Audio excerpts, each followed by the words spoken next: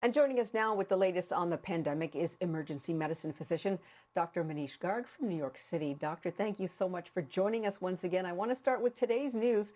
Pfizer expected to ask the FDA for vaccine approval for children 5 and under today. Very exciting.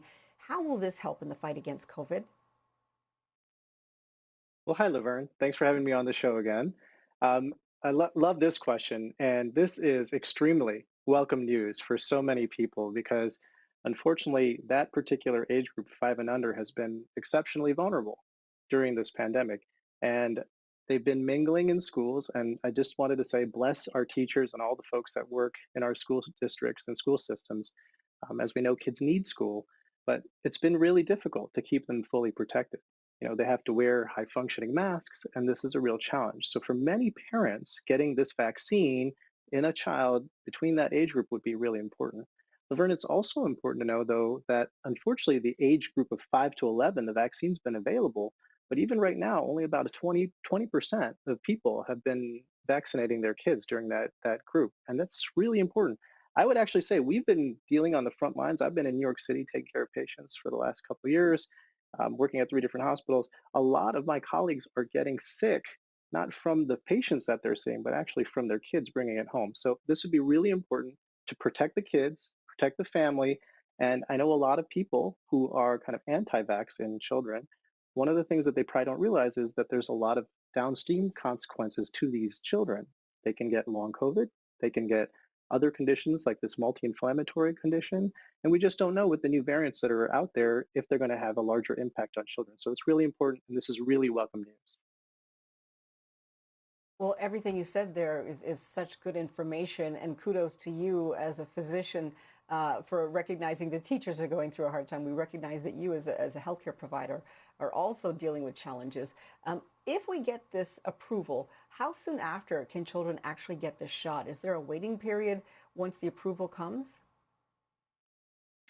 Well, if we just use the shot availability with all of these other different age groups, most of the shots have been available 1 to 2 weeks following. So hopefully, similarly with the kids, I mean, they have to make sure that in terms of the distribution, that they're able to get the shots at the correct doses, and then they'll be able to administer it. But I've been impressed by what I've seen so far in this country. They really have been able to get the shots out pretty quickly. So I would imagine in a few weeks.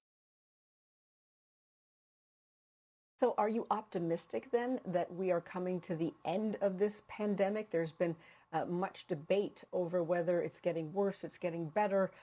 What are your thoughts on where we're at? Uh, Laverne, I really wish I could tell you that we're getting towards the end of this. I think right now we're going to be and we're going to be in this for some time. And the reason why I'm going to say that is when you really look at what's happening globally, there's still a number of different countries and nations that just haven't been able to vaccinate their populations.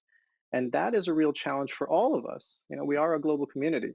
So if we don't get vaccines to other parts of the world, and if people aren't taking them when we get them there, then we're going to still be in trouble here. Because what happens, and the Omicron story is a perfect example of that, that if a version of the disease is out there for a while and perhaps persists in a certain area and isn't addressed by a vaccine, then that can then come back and take care, then cause problems for all of us.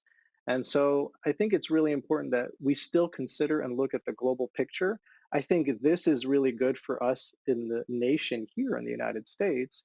My work I do with the World Academic Council of Emergency Medicine, we're sharing information from different countries and institutions of higher learning around the world.